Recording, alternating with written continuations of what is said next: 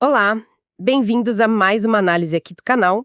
Hoje a gente vai mergulhar na organização interna da Câmara dos Deputados. A gente sempre ouve falar, né? São 513 deputados, mas como é que eles se organizam para de fato debater e votar as leis? Exato.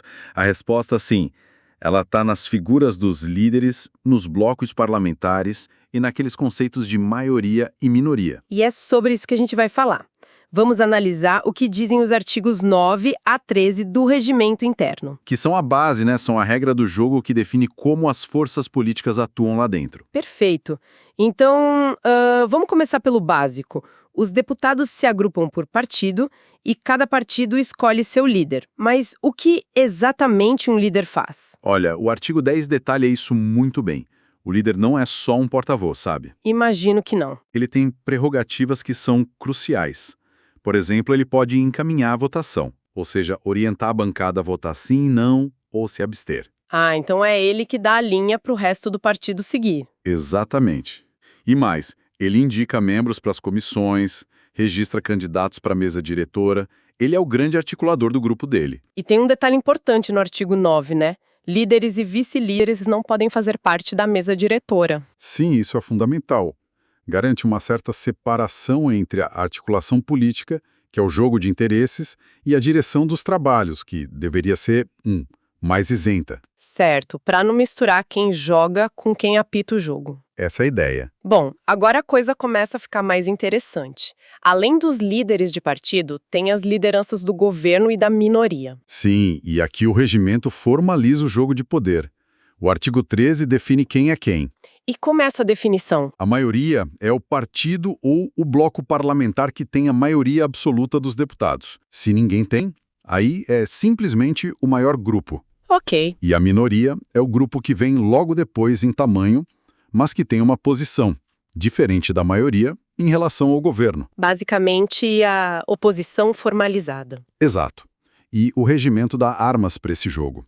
O presidente da República, pelo artigo 11, pode indicar um líder do governo e, olha só, até 20 vice-líderes. 20? É bastante gente particular. Sim, e em contrapartida, o artigo 11A garante à minoria uma estrutura com um líder e 9 vice-líderes para fazer o contraponto. É o equilíbrio de forças previsto na regra. Entendi. E se um partido for pequeno demais para ter força sozinho, ele fica isolado? Não necessariamente. Aí entram os blocos parlamentares.